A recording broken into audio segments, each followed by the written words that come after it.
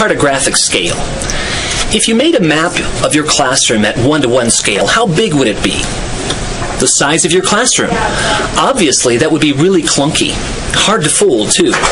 So we reduce the scale of the Earth to fit it on a map, whether it is a paper map or a 2D or 3D representation on a computer screen, such as in a Geographic Information System, or GIS.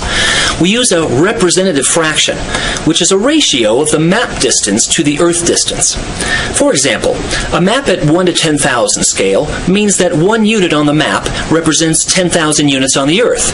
The units can be whatever you want them to be, but they need to be the same on each side of the fraction, or ratio.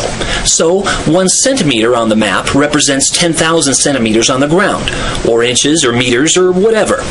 Cartographic scale can be expressed as a verbal statement, such as 1 inch equals 1 mile, or graphically, in a scale bar, for example, or as a representative fraction, such as 1 to 24,000 scale, which is the scale of a standard USGS topographic map.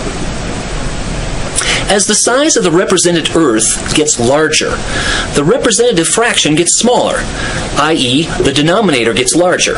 Hence, a large-scale map shows a relatively small area of the Earth in great detail, whereas a small-scale map shows a large area, but in a coarser detail. Think about it this way. Which is more, 1/10 or 1/10,000th? 1/10 is more, right? Which would you rather have? A fourth of a pizza or a 100th of a pizza? A fourth is more. The denominator is smaller, but the whole quantity is larger. 1/10 or 1 over 10 could be written as 1:10, or a 1 to 10 scale map. To clarify, I often use fine scale and coarse scale, or lots of detail or not very much detail.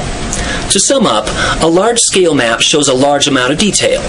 The confusing thing is that when we discuss large-scale phenomena, we are usually referring to things operating on a large scale or a large area, like hurricanes. And if we were to map all of the hurricanes in a year, over the course of the year, across the North Atlantic, for example, the map that we would make needs to be at a small scale to show all of those hurricanes.